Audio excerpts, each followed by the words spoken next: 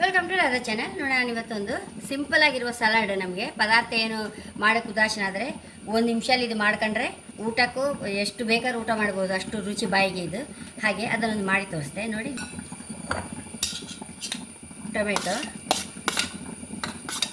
ನೀರುಳ್ಳಿ,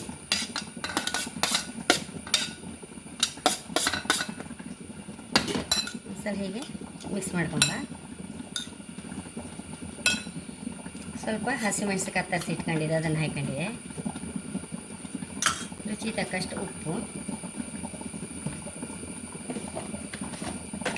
ಸ್ವಲ್ಪ ಮೆಣಸು ನೋಡಿ, ಸ್ವಲ್ಪ ಹಾಗೆ ಮೆಣಸು ನೋಡಿ ಬೇಕಾಗ್ತದೆ ಇದಕ್ಕೆ.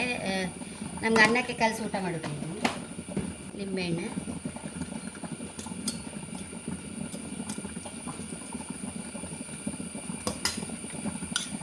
ಮಿಕ್ಸ್ ಮಾಡ್ಕೊಂಡು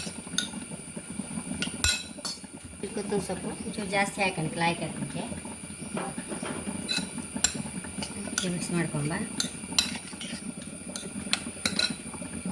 ನಾನಿಲ್ಲಿ ವರ್ಜಿನ್ ಕೋಕೋನಟ್ ಆಯಿಲ್ ಹಾಕಂತ ಇದ್ದೆ, ನೀವು ತೆಂಗಿನೆಣ್ಣೆ ಹಾಕೊಳ್ಬೋದು.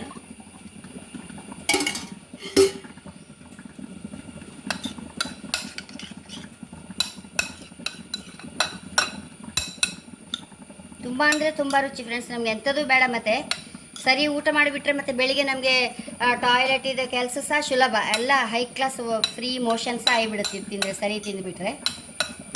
ತರಕಾರಿ ಬೇಕಂತೇ ಇಲ್ಲ. ಹಾಗೆ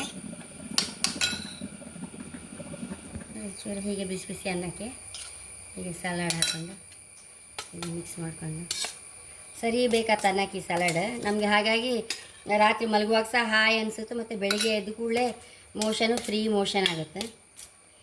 ಹೀಗೆ ಅಷ್ಟು ರುಚಿ ಇದು ನಮಗೆ ಬಾಯಿಗೆ.